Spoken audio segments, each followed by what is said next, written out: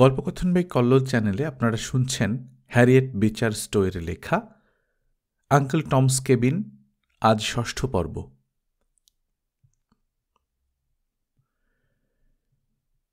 Eliza হতাশায় ভেঙে পড়ে হ্যারিকে শক্ত করে বুকের মধ্যে চেপে ধরল। জিমের মা আর্তস্বরে ঈশ্বরের উদ্দেশ্যে প্রার্থনা জানাতে লাগল। জর্জ আর জিম শক্ত মুঠোয় পিস্তল দুটো আঁকড়ে ধরে নিশ্চল পাথরের মতো চুপচাপ বসে রয়েছে। পিছু ধেয়ে আসা ঘোড়ার খুরের শব্দ যত কাছে এগিয়ে আসছে, গাড়িটা ততই জোরে ছুটে চলেছে। হঠাৎ একসময় বেশ বড় একটা বাঁক নিতেই গাড়িটা গভীর একটা খাদের প্রান্তে এসে পৌঁছল।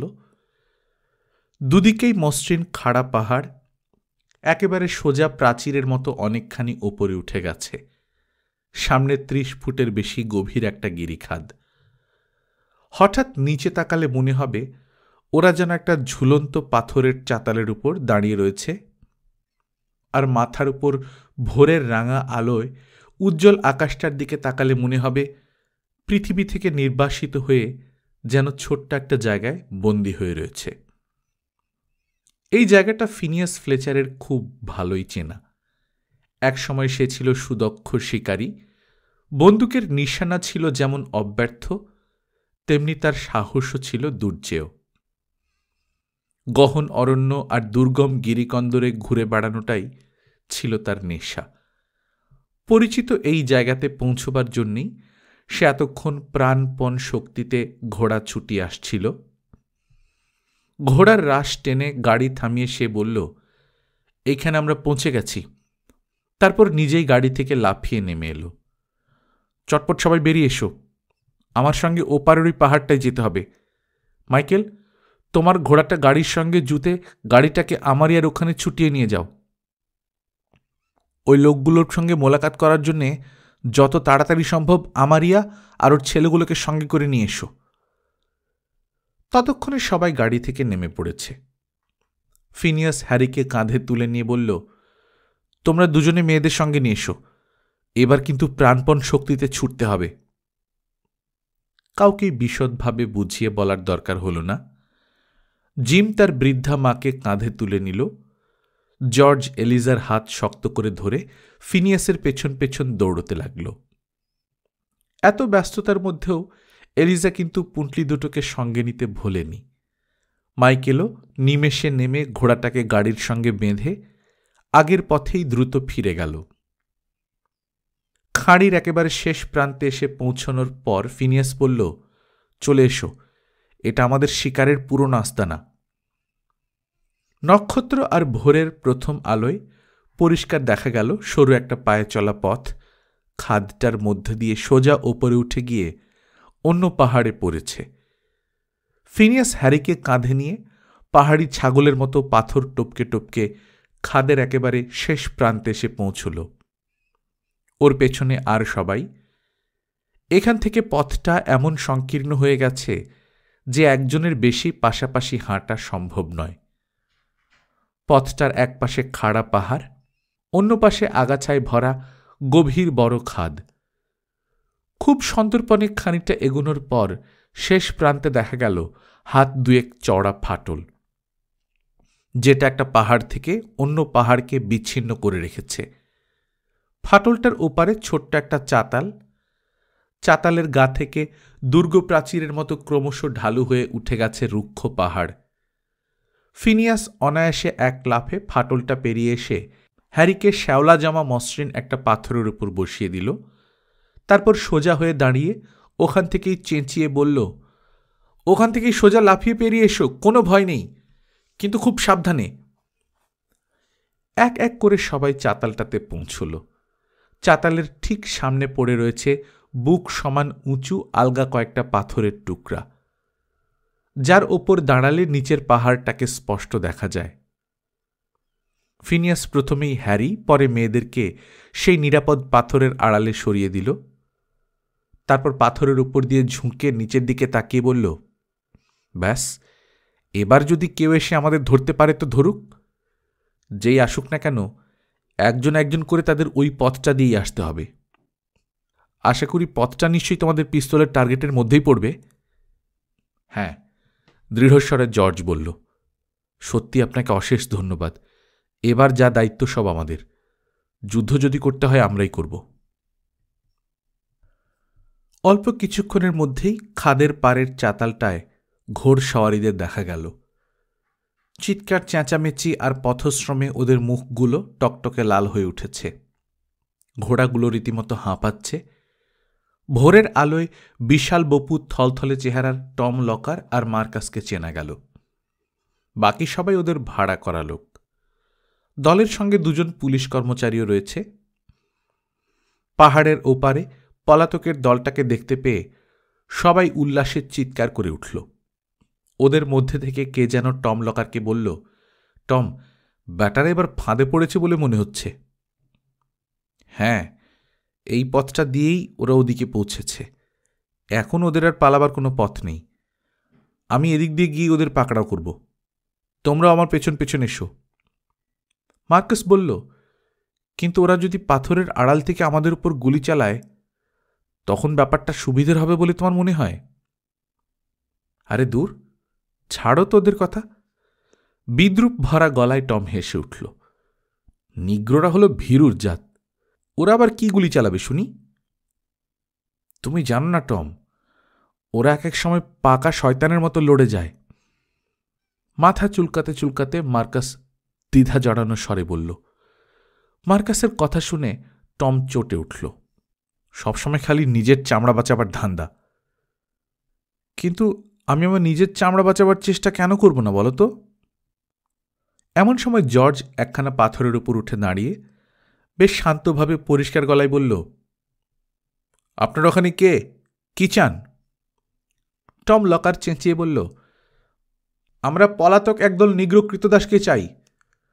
ওদের মধ্যে জর্জ হ্যারিস, এলিজা হ্যারিস, তাদের ছেলে জিম শেলডন আর একটা বুড়ি আছে। আর আমাদের সঙ্গে পুলিশ, এমনকি পরোয়ানাও রয়েছে। আমরা শুধু ওই লোকগুলোকে চাই। আমরা ওদেরকে ধরবই। তুমি তো কেন্টাকের শেলবি কাউন্টির মিস্টার হ্যারিসের কৃতদাস জর্জ হ্যারিস, তাই না? হ্যাঁ, আমি জর্জ হ্যারিস।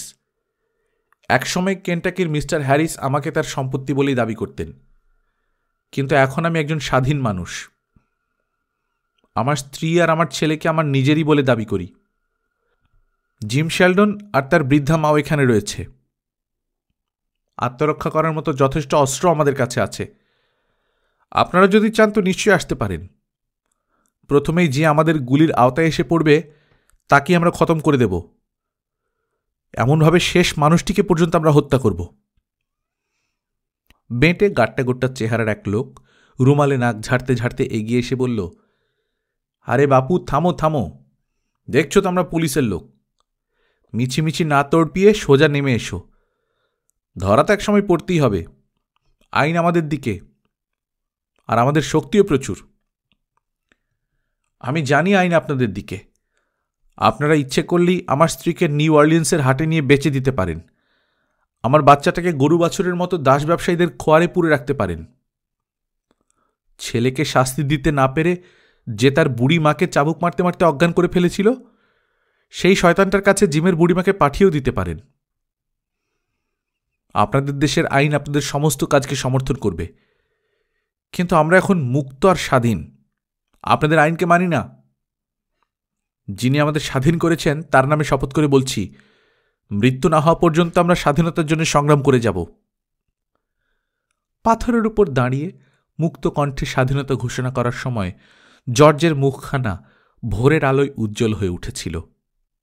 দীপ্ত আবেগে ঝিকমিক করছিল তার কালো চোখ দুটো, যেন সমগ্র নিপীড়িত জাতির সে এক জ্বলন্ত প্রতীক।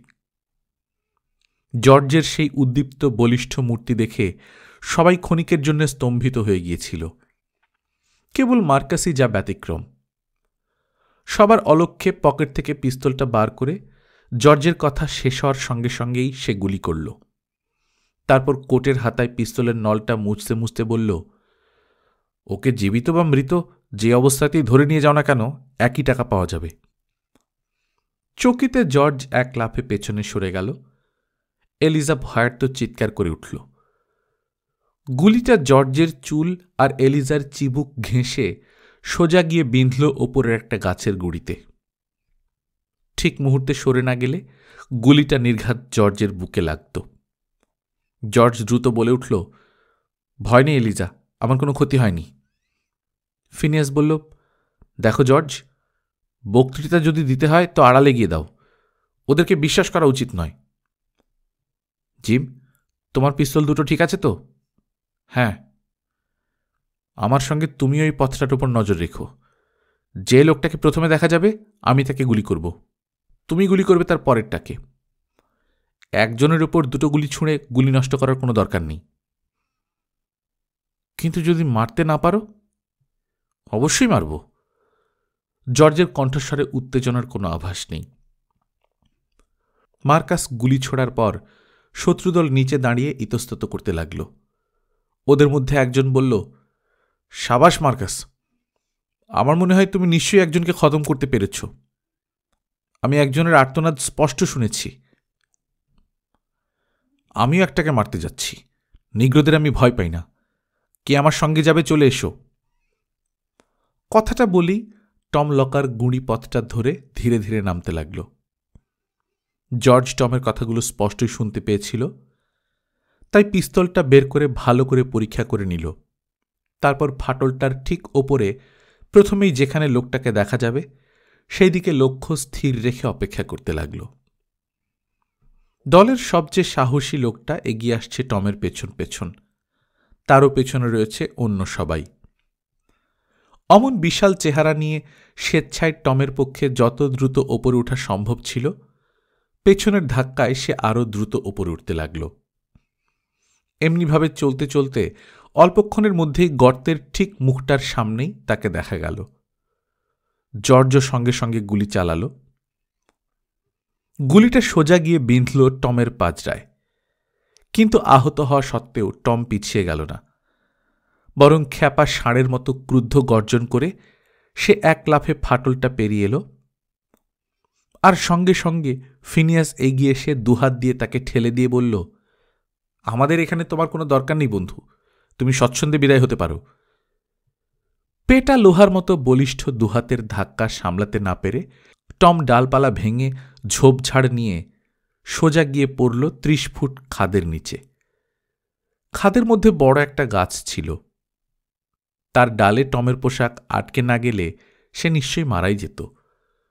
অবশ্য ডালটাও তার অমন বিশাল দেহের ভার ধরে রাখতে পারল না। ডালটা ভেঙে টমকে নিয়ে সোজা পড়ল একেবারে নিচে। ওরা পাকা শয়তান, করতে পারে না হেন কাজ নেই। বলতে বলতে মার্কাসই প্রথম পিছু হটল, এবং যতটা উৎসাহ নিয়ে সে এগোতে শুরু করেছিল তার চাইতেও বেশি উৎসাহ নিয়ে পিছিয়ে গেল। তার দেখা দেখি দলের অন্যরাও তাকে অনুসরণ করল। বিশেষ করে মেটে মোটাসোটা চেহারা সেই পুলিশ কর্মচারীটির অবস্থা তখন সত্যিই দেখার মতো। ওপারের ফাঁকা জায়গাটাতে পৌঁছেই মার্কস বলল, তোমরা ওদিক থেকে ঘুরে টমের দেহটাকে তুলে আনো। আমি ততক্ষণে ঘোড়ায় চড়ে গিয়ে দেখে আসি সাহায্যের জন্য কিছু লোক পাওয়া যায় কিনা। মার্কাসের যে কথা সেই কাজ। ঘোড়ার পিঠে লাফিয়ে উঠে চোখের নিমেষে উধাও হয়ে গেল। একজন বলল, লোকটা কেমন শয়তান দেখেছ, আমাদেরকে এরকম বিপদের মধ্যে ফেলে দিব্যি কেটে পড়ল। অন্য একজন বলল, চলো ওখান থেকে আমরা টমের শরীরটাকে তুলে নিয়ে আসি। বেঁচে আছে না মরে গেছে সেটাও তো একবার দেখা দরকার। পাহাড়ের একটা পাশ দিয়ে ঝোপঝাড় ভেঙে টমের আর্তনাদ অনুসরণ করে ওরা খুব ধীরে ধীরে নামতে লাগল। তারপর একসময় খাদের নিচে পৌঁছে গেল। একজন বলল, টম, লেগেছে নাকি? গোঙাতে গোঙাতে টম বলল, ঠিক বুঝতে পারছি না। আমাকে কি তোমরা উপরে তুলতে পারবে বলে মনে হয়?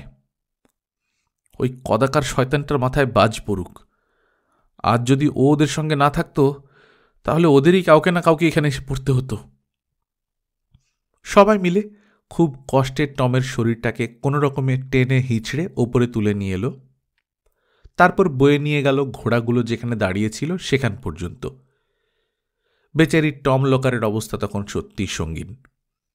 অনেক কষ্টে হাঁপাতে হাঁপাতে সে বলল, কষ্ট করে যদি কোনো রকমে আমাকে ওই সরাইখানা পর্যন্ত নিয়ে যেতে পারো তো খুব ভালো হয়।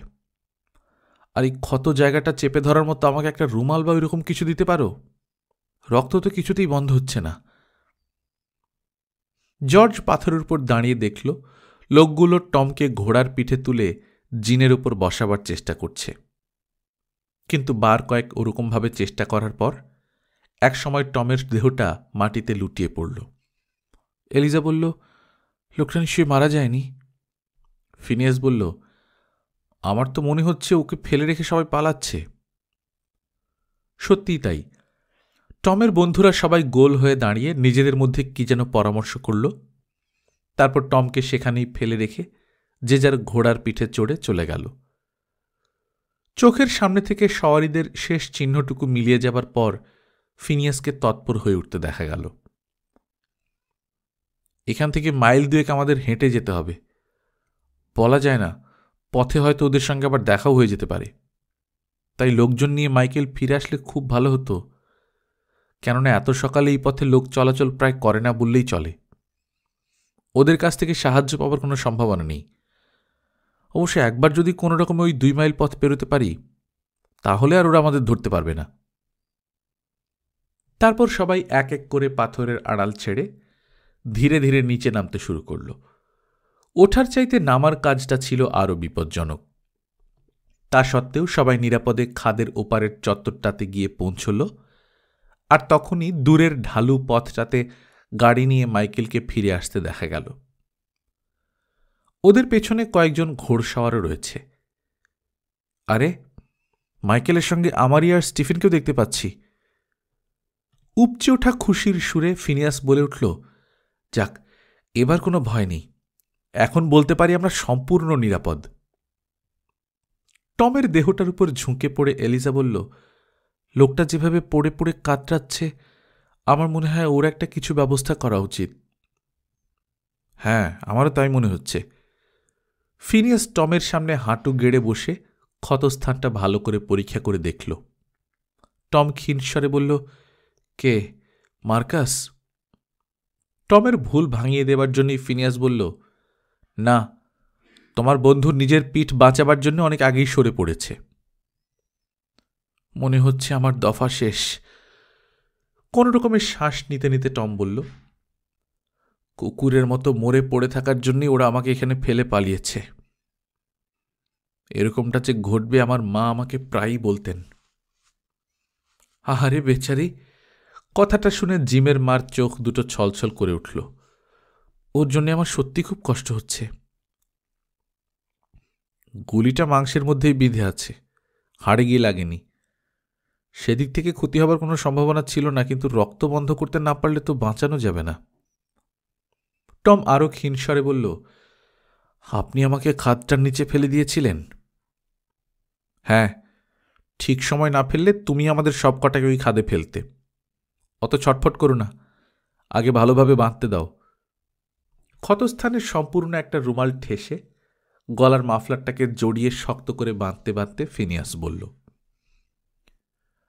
তখন আমি তোমাকে খাদে ঠেলে ফেলে দিয়েছিলাম। এখন আমি তোমাকে এমন এক জায়গায় নিয়ে যাব যেখানে নিজের মায়ের চাইতে কোনো অংশে যত্ন কম পাবে না। মনে রেখো, আমরা তোমার বন্ধুদের মতো অকৃতজ্ঞ নই। চোখ বন্ধ করে দাঁতে দাঁত চেপে টম অসহ্য যন্ত্রণায় আর্তনাদ করছে। টকটকে লালচে মুখখানা একেবারে ফ্যাকাশে হয়ে গেছে। দৈত্যের মতো অমন বিরাট চেহারার মানুষটাকে এখন ছোট্ট একটা শিশুর মতোই অসহায় মনে হচ্ছে। ইতিমধ্যে দলবল নিয়ে মাইকেলও সেখানে এসে পড়েছে। বড় একটা মোষের চামড়াকে ভাঁজ করে তার উপর ধরাধরি করে টম লকারকে শুইয়ে দেয়া হল। টম কিন্তু তখন জ্ঞান সম্পূর্ণ হারিয়ে ফেলেছে। গাড়িতে উঠে জিমের মাই প্রথম টমের মাথাটা নিজের কোলের উপর তুলে নিল। এলিজাও যথাসাধ্য শুশ্রূষা করার চেষ্টা করল। আগের মতো জর্জ আর জিম সামনের আসনে গিয়ে বসতেই ফিনিয়াস গাড়ি ছেড়ে দিল। মাইকেলের দলবল ঘোড়ায় চড়ে আসতে লাগল পেছন পেছন।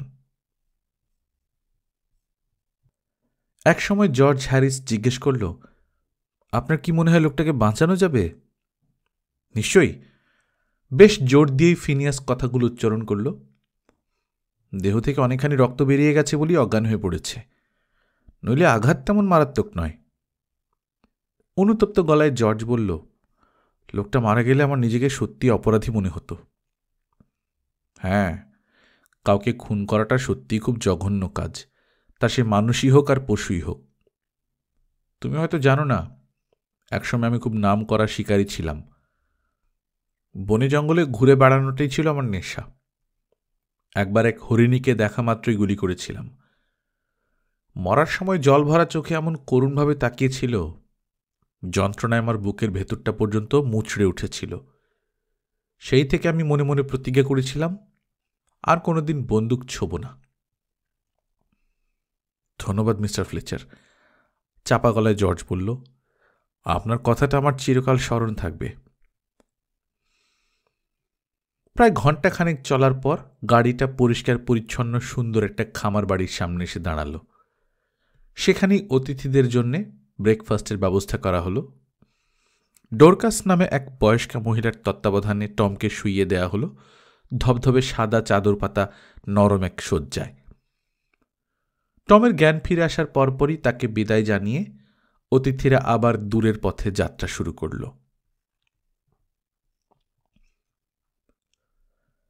সেন্ট ক্লেয়ার্সদের বাড়িতে লোকের যেমন অভাব ছিল না, তেমনি প্রাচুর্যও ছিল প্রচুর। এই কারণেই এতদিন আঙ্কেল টমকে খুব একটা গুরুত্ব দিয়ে কোনো কাজ করতে হয়নি। কিন্তু কিছুদিন যেতে না যেতেই অগাস্টিন আবিষ্কার করল, টম শুধু বিশ্বস্ত আর ধার্মিকই নয়, অসাধারণ বিচক্ষণ ও বাস্তবজ্ঞানী। ব্যবসায়িক বুদ্ধিতেও তার জুড়ি নেই। অগাস্টিন তাই ধীরে ধীরে যাবতীয় কেনাকাটা আর সংসারের দায়িত্ব টমের কাছেই ছেড়ে দিলেন। নিজের কাছ থেকে ক্ষমতা একটু একটু চলে যেতে দেখে অ্যাডলফ প্রায়ই আঙ্কেল টমের নামে মনিবের কাছে মিথ্যে মিথ্যে নালিশ করত। অগাস্টিন সেসব কখনো কান পেতে শুনতেনও না, কেননা আজ পর্যন্ত খরচ করে কেউ কখনো তার কাছে হিসেব দেয়নি, আর তিনি নিজেও কখনো কারু কাছ থেকে হিসেব চাননি। অথচ অনেক সুযোগ থাকা সত্ত্বেও টম কখনো একটা পয়সাও এদিক ওদিক করেননি। তাই অ্যাডলফের অভিযোগে কখনো কখনো ভীষণ বিরক্ত হয়ে উঠতেন, আর তিনি বলতেন, না না অ্যাডলফ, তুমি তোমার কাজ করে যাও, টমকে নিয়ে তোমার মোটেই মাথা ঘামানোর দরকার নেই। তুমি যা চাও তুমি শুধু সেটাই বোঝো, কিন্তু টম বোঝে হিসেব। কি করলে কি হয় টম ভালো করেই জানে। একটা ব্যাপার তোমরা মোটেও বুঝতে চাও না, যে টাকা পয়সারও একটা শেষ আছে, একদিন না একদিন তা সবাইকে বুঝতে হবে। তোমরা যেটা পারো না সেটা নিয়ে অন্যের নামে আর কখনো মিথ্যা নালিশ করতে এসো না। টম সারাক্ষণই হাসি খুশি মানুষ, মিশুকে স্বভাবের।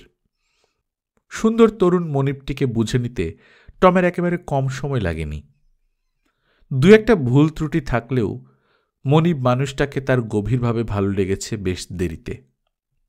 টম প্রথম প্রথম খোলা মন নিয়ে মনিবকে দেখত। মনিব কখনো গির্জায় যায় না, বাইবেল পড়ে না, কিন্তু সবার সঙ্গে সহজেই মেশেন, আড্ডা দেন, সব কিছুতেই হাসি ঠাট্টা করেন। নিজেকে সবটাতেই মানিয়ে নেবার অসাধারণ ক্ষমতা তার।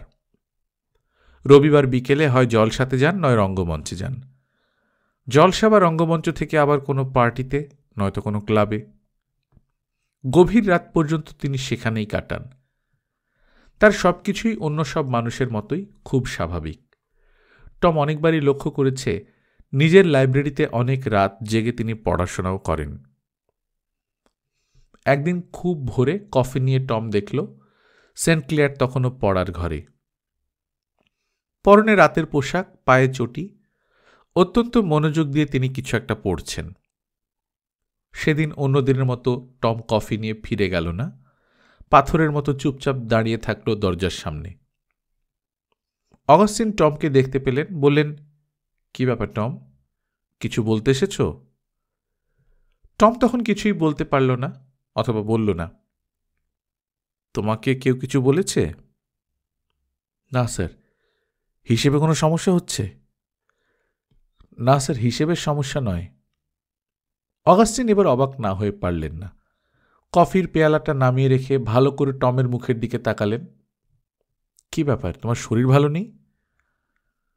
স্যার, আমার শরীর ভালোই আছে।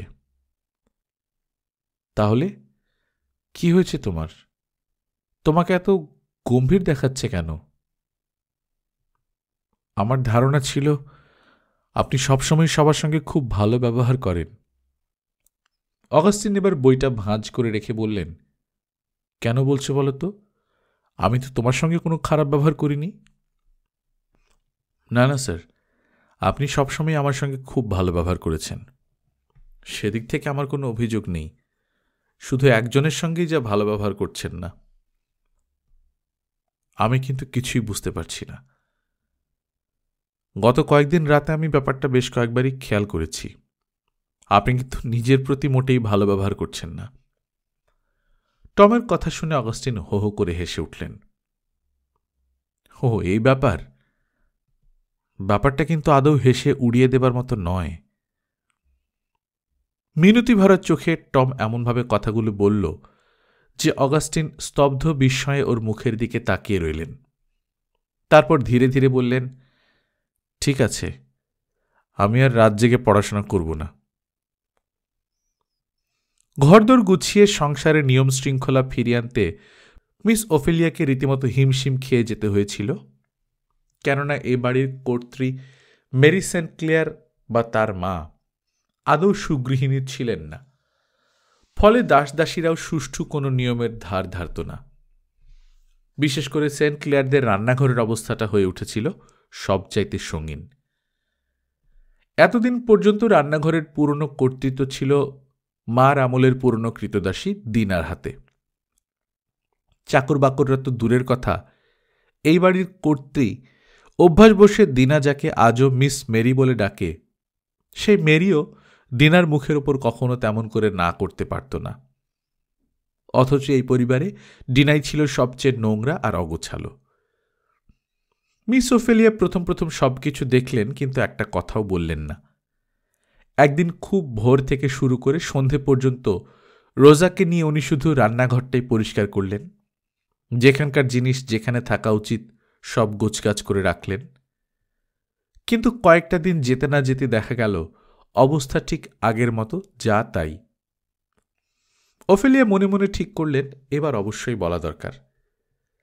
নিত্যকার মতো সেদিনও খুব ভোরে ঘুম থেকে ওঠে ওফেলিয়া নিজের হাতে নিজের ঘর গুছিয়ে সোজা চলে এলেন রান্নাঘরে। রান্নাঘরটা পুরনো আমলের হলেও বেশ বড় আর খোলামেলা। রান্নার উনুন থেকে শুরু করে সবই আধুনিক ধাঁচের। এখানেও অগাস্টিনের রুচির কোথাও কোনো অভাব নেই। ওফেলিয়াকে রান্নাঘরে ঢুকতে দেখে ডিনা কিন্তু উঠে দাঁড়াল না।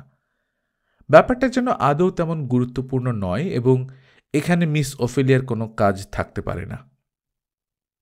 ওফেলিয়া সেদিকে ভ্রুক্ষেপ না করে সোজা গিয়ে আলমারির টানাগুলো খুললেন। তারপর ডিনার দিকে ফিরে জিজ্ঞেস করলেন, এই ড্রয়ারগুলো কিসের জন্য? হাতের কাছে টুকিটাকি জিনিস রাখার জন্য। মাংসের টুকরো রেগে থাকা রক্তমাখা একটা ন্যাকড়া টেনে বার করে উনি বললেন, এটা কি? বাড়ির মধ্যে সবচেয়ে সুন্দর টেবিল ক্লথটায় মাংস কেটে ছুরি মুছে রেখে দিয়েছ। কি করব মিস, হাতের কাছে অন্য কোনো তোয়ালে পাইনি, আমি কাচব বলে ওটাকে এখানে রেখে দিয়েছি। টেবিল কভারটিকে উনি ছুঁড়ে ফেলে দিলেন ঘরের এক কোণে। শুধু তাই নয়, ড্রয়ারের ভেতর থেকে বের হলো বোনার কাঁটা, কিছু তামাক, তামাকের পাইপ, কয়েকটা জায়ফল, নোংরা কতগুলো রুমাল, এক পাটি পুরনো জুতো, কয়েকটা পেয়ালা, সুন্দর ভাঁজ করা খানিকটা রাংতা, কয়েকটা রসুন আর চুলের কাঁটা। তোমাদের এই স্পাইস রাখার কোনো জায়গা নেই? আছে। কোথায়? ঢাকা আলমারির মধ্যে একটা বোয়ামে। ওগুলোকে তার মধ্যে রেখে দাও, আর কোনোদিন যেন এগুলোকে ড্রয়ারের মধ্যে না দেখি। ডিনা ফিরে আসার পর ওফেলিয়া বললেন, এটা কি? মনিবের সবচেয়ে ভালো প্লেটটা ছাড়া এসব রাখার আর জায়গা খুঁজে পাওনি? সবসময় এমন তাড়াহুড়ো করতে হয়? ঠিক আছে। ওফেলিয়া দ্রুত থামিয়ে দিলেন ওকে। এবার থেকে তোমাকে আর একটু তাড়াহুড়ো করতে হবে না, যতটা সম্ভব আস্তে আস্তেই করবে। আর সুন্দর এই দামাস্কাস টেবিলের কভার দুটো কোত্থেকে এলো? কাচার জন্য আমি এখানে রেখে দিয়েছি। কাচার যা কিছু সব কি এখানেই থাকে নাকি? না, পাছে ভুলে যাই তাই। কাচার কাজ তো তোমার নয়? ড্রয়ারের সব জিনিসপত্র গোছাতে গোছাতেই ওফেলিয়া বললেন, রোজাকে বলো এখান থেকে এগুলো নিয়ে যাবে। আর শোনো, এবার থেকে নিজের প্লেট তুমি নিজেই ধোবে, এঁটো বাসন কখনো এভাবে ফেলে রাখবে না। কিন্তু আমি তোমাকে যা বলছি তুমি তাই করবে, আর মনে রাখবে রান্নাঘরের কোনো জিনিস যেন অগোছালো না দেখি। কয়েকদিনের মধ্যে মিস ওফেলিয়া শুধু রান্নাঘর নয়, এই বাড়ির সব কিছুকেই একটা স্বাভাবিক ধারায় ফিরিয়ে আনার চেষ্টা করেছিলেন। কিন্তু অনেক দিনের পুরনো অভ্যাসকে রাতারাতি পাল্টে দেওয়া সহজ নয়, বিশেষ করে যেখানে চাকর বাকরদের সহযোগিতার প্রশ্ন জড়িয়ে রয়েছে। সেদিন বিকেলের চায়ের পর খোলা বারান্দায় বসে সবাই গল্পগুজব করছে। ওফেলিয়া বললেন, এই পরিবারে দেখছি কোনো নিয়ম বলে কিছু নেই, এত অপচয় আমি কোথাও দেখিনি। আর তাছাড়া সবাই সৎ বলে আমার মনে হয় না। সৎ? ওফেলিয়ার কথা শুনে অগস্টিন হো হো করে হেসে উঠলেন। ওরা সৎ হতে যাবে কোন দুঃখে? ওফেলিয়া অবাক হয়ে ভাইয়ের দিকে তাকালেন। তার মানে তুমি কি বলতে চাও, সততার কোনো দাম নেই? নিশ্চয়ই আছে, কিন্তু এই পৃথিবীতে ওরা সৎ হয়ে কি করবে শুনি? জন্মের মুহূর্ত থেকে ওরা দেখে আমরা মনিব আর ওরা কৃতদাস।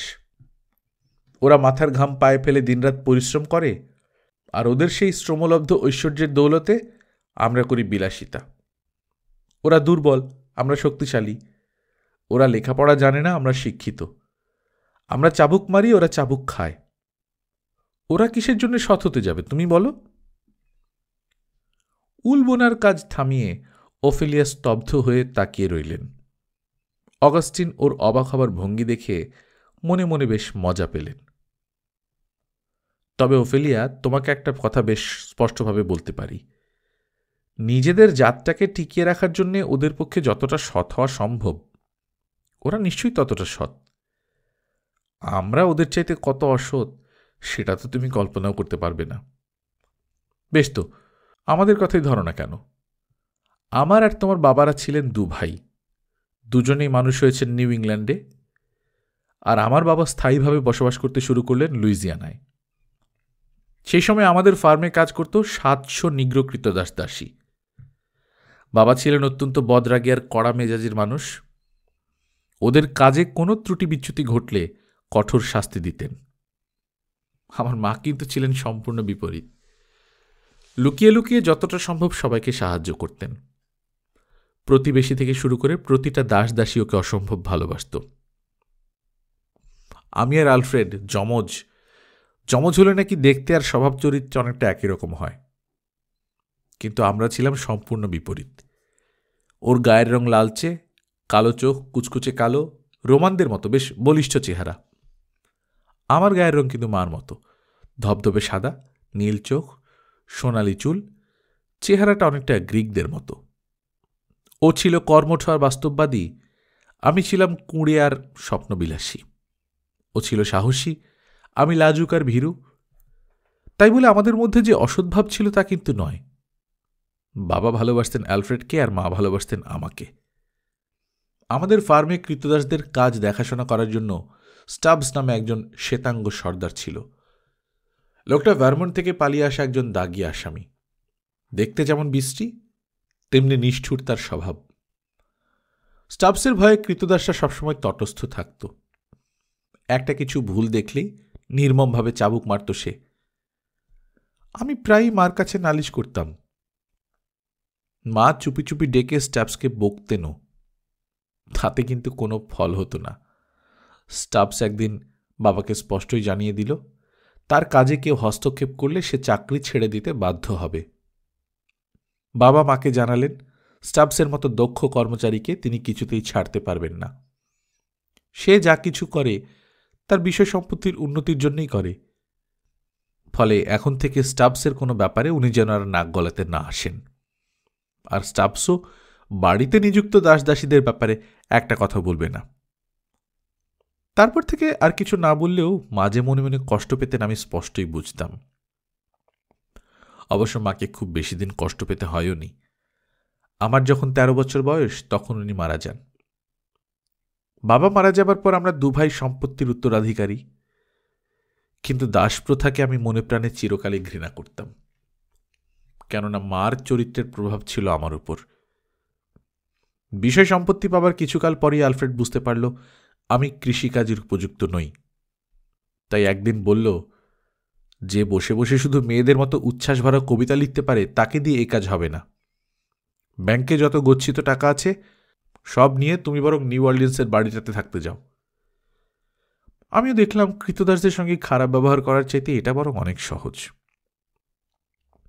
এতক্ষণ মেরি চুপচাপ শুনে যাচ্ছিল। এবার বলল, কিন্তু এই ছোট লোকগুলো যে কি বদ তুমি যদি জানতে, তাহলে আর ওদের সম্পর্কে এই কথা বলতে না। আমি নিজের চোখে দেখেছি, অসম্ভব খারাপ। আমার বাবার একটা কৃতদাস ছিল, অসম্ভব কুঁড়ে, কাজে ফাঁকি দিয়ে জলায় গিয়ে লুকিয়ে থাকত। বাবা প্রথমে গিয়ে লোকটাকে ধরে আনতেন, তারপর খুব করে চাপকাতেন। তার নিজের স্বভাবের জন্যই চাবুক খেত, তবু তার স্বভাব বদলালো না। একদিন সে যে পালিয়ে গেল আর ফিরে এলো না, সেখানেই না খেতে পেয়ে মরে গেল। অগাস্টিন বললেন, কিন্তু যাকে কেউ কোনোদিন শোধরাতে পারেনি এমন একজন নিগ্রোর চরিত্র আমি শুধরে দিয়েছিলাম। বিদ্রুপের সুরে মেরি বলল, তুমি? হ্যাঁ। লোকটা ছিল দৈত্যের মতো বিশাল চেহারার, একেবারে খাঁটি আফ্রিকান। তার অন্তরে স্বাধীনতার স্পৃহা ছিল দুর্দমনীয়। সে ছিল সত্যিকারের আফ্রিকান সিংহ। নাম ছিল স্কিপিও। ওকে কেউ শায়েস্তা করতে পারত না বলে নানান হাত ঘুরতে ঘুরতে শেষকালে এসে পড়ল আলফ্রেডের হাতে। বশ করতে পারবে ভেবেই আলফ্রেড কিনেছিল। আমি তখন আলাদাভাবে নিউ অর্লিন্সে বাস করছি। আলফ্রেডদের ওখানে বেড়াতে গিয়ে শুনলাম সর্দারকেই বেশ কয়েক ঘা ঘষিয়ে স্কিপিও পালিয়ে গেছে। সব শুনে আমি বললাম, তার দোষেই লোকটা মন দুর্দান্ত হয়ে উঠেছে, এবং বাজি রাখলে আমি স্কিপিওর চরিত্র শুধরে দিতে পারি। আলফ্রেড তো এক কথায় রাজি হয়ে গেল, কিন্তু মুশকিল হলো লোকটাকে ধরতে গিয়ে। তখন ঠিক হলো ৬-৭ জন মিলে আমরা বন্দুক আর শিকারী কুকুর নিয়ে লোকটাকে খুঁজতে বের হব। কিছুটা উত্তেজনা সেই প্রথম আমি অনুভব করতে পেরেছিলাম। হরিণ শিকার করতে যা আনন্দ, একটা মানুষ শিকার করতে আনন্দ তার চাইতে কোনো অংশে কম নয়। যাই হোক, ঘোড়ায় চড়ে আমরা তো সদল বলে হাজির হলাম সেই জলার ধারে। সবাই চিৎকার চেঁচামেচি করছে, কুকুরগুলো ভয়ঙ্করভাবে গর্জন করছে। এতে স্কিপিও ভীষণ ভয় পেয়ে গেল, আর লুকিয়ে থাকতে পারল না। ঝোপের আড়াল থেকে বেরিয়ে প্রাণপণে দৌড়তে শুরু করল। ঘোড়ায় চড়ে আমরাও তার পেছন পেছন ছুটতে লাগলাম। শিকারী কুকুরগুলো ক্রুদ্ধ আক্রোশের চারদিক থেকে ঘিরে ফেলার চেষ্টা করছে। অবশেষে স্কিপিও দুর্ভেদ্য একটা বেদ বনে গিয়ে আটকে পড়ল। তার তখনকার ভয়ঙ্কর মূর্তি দেখলে যে কোনো লোকই ভয়ে আঁতকে উঠবে। খালি হাতেই অমন প্রকাণ্ড প্রকাণ্ড শিকারী কুকুরগুলোর সঙ্গে যে লড়াই শুরু করে দিল, 3টে কুকুর মারাই পড়ল তার ঘুষির ঘায়ে। শেষে কার যেন একটা বন্দুকের গুলিতে আহত হয়ে ওর রক্তাক্ত দেহটা লুটিয়ে পড়ল আমার পায়ের কাছে। হতাশ হয়ে, অথচ সত্যিকারের একজন বীরের দৃষ্টিতে সে আমার দিকে তাকাল। বাকি কুকুরগুলো তার দিকে ছুটে যাওয়ার চেষ্টা করতে আমি তাদের নিরস্ত করলাম এবং অন্যদেরও গুলি করতে নিষেধ করলাম। যেহেতু লোকটা আমার পায়ের উপরেই আছড়ে পড়েছিল, আমি তাকে বন্দী হিসেবে দাবি করলাম এবং অ্যালফ্রেড তাকে আমার কাছে বিক্রি করতে বাধ্য হল। তারপর দিন 15-এর মধ্যেই আমি ওকে শুধরে ফেললাম। কৌতূহল ভরে সামনের দিকে ঝুঁকে মেরি জিজ্ঞেস করল, কেমন করে? খুব সহজ উপায়ে। আমি তাকে পরিষ্কার করে ওষুধ দিয়ে বেঁধে যতদিন না পর্যন্ত সম্পূর্ণ সুস্থ হয়ে হাঁটাচলা করতে পারল, নিজের হাতে তার শুশ্রূষা করতে লাগলাম। তার কিছুকাল পরে স্কিপিওকে একখানা মুক্তিপত্র লিখে দিয়ে বললাম, সে এবার যেখানেই খুশি চলে যেতে পারে। মিস ওফেলিয়া জিজ্ঞেস করলেন, সে চলে গিয়েছিল? না, কাগজের টুকরোটা সে টুকরো টুকরো করে ছিঁড়ে ফেলেছিল। কিছুতেই আমাকে ছেড়ে চলে যেতে চায়নি। স্কিপিওর মতো সাহসী আর বিশ্বাসী লোক আমি জীবনে দেখিনি। কিছুদিন পর সে খ্রিস্টান ধর্ম গ্রহণ করে এবং ছোট্ট একটা শিশুরই মতো সরল হয়ে যায়। লেকের ধারে আমার যে বিষয় সম্পত্তি রয়েছে সেটা সেই দেখাশোনা করত, কিন্তু সে কলেরায় মারা যায়। সত্যি কথা বলতে কি, স্কিপিও আমার জন্যই প্রাণ দিয়েছিল। সে বছর আমিও কলেরায় আক্রান্ত হয়ে পড়েছিলাম। আমার সেবা শুশ্রূষা করতে করতেই সে রোগাক্রান্ত হয়ে যায়। আমি সেরে উঠি, কিন্তু সে মারা যায়। তার অভাব আমি যতটা অনুভব করেছিলাম, জীবনে আর কারো জন্য ততটা অনুভব করিনি। গল্প শুনতে শুনতে ইভা ধীরে ধীরে সরে এসে বাবার একেবারে গা ঘেঁষে দাঁড়িয়েছিল। চোখ বড় বড় করে গভীর আগ্রহে শুনতে শুনতে সদ্য মেলা পাঁপড়ির মতো ওর ঠোঁট দুটো অল্প অল্প একটু ফাঁক হয়ে গিয়েছিল। গল্প শেষ হতেই হঠাৎ বাবার গলাটা জড়িয়ে ধরে ও ফুঁপিয়ে কাঁদতে লাগল। কি হয়েছে সোনামণি? মেয়ের সোনালি চুলে হাত বুলিয়ে আদর করতে করতে অগাস্টিন বললেন। কিন্তু ইভাকে তখনও অবরুদ্ধ আবেগে ফুলে ফুলে উঠতে দেখে উনি নিজেই অনুতপ্ত হলেন। সত্যি আমারই ভুল হয়েছে। মেয়েটার মন বড় নরম। ওর সামনে আমার এসব বলা উচিত হয়নি। না বাবা, আমার মন নরম নয়। নিজেকে অনেকটা সামলে নিয়ে ইভা বেশ দৃঢ়স্বরেই বলল। কিন্তু এসব ঘটনা আমার মনকে খুব নাড়া দেয়। তার মানে তুমি কি বলতে চাইছো মামুনি? আমি ঠিক বোঝাতে পারবো না বাবা, কিন্তু আমি এসব সম্পর্কে অনেক ভাবি। একদিন হয়তো তোমাকে বলতে পারবো। হ্যাঁ ঠিক আছে, তাই বলো, কিন্তু এখন কেঁদো না। তুমি তো জানো কাঁদলে আমারও কত কষ্ট হয়। চলো দুজনে মিলে নতুন রঙিন মাছগুলো দেখে আসি। কথাগুলো বলে অগাস্টিন ইভার হাত ধরে ঘর থেকে বেরিয়ে গেলেন। একটু পরেই আঙিনার ওপার থেকে ভেসে এলো দুজনের ছুটোছুটি আর মুখর কলহাস্য। গল্পকথন বাই কল্লোল চ্যানেলে আপনারা শুনছেন হ্যারিয়েট বিচারস্টোয়ের লেখা আঙ্কেল টমস কেবিন, আজ ৬ষ্ঠ পর্ব। আমরা নিয়মিত গল্প পাঠ করে শোনাচ্ছি। আপনারা যারা প্রথমবারের মতো শুনছেন, কাইন্ডলি সাবস্ক্রাইব করে নেবেন। গল্প পাঠ ভালো লাগলে বন্ধুদের সঙ্গে শেয়ার করবেন। নিজে ভালো থাকবেন, আশেপাশের লোকজনকে ভালো রাখবেন। টাটা।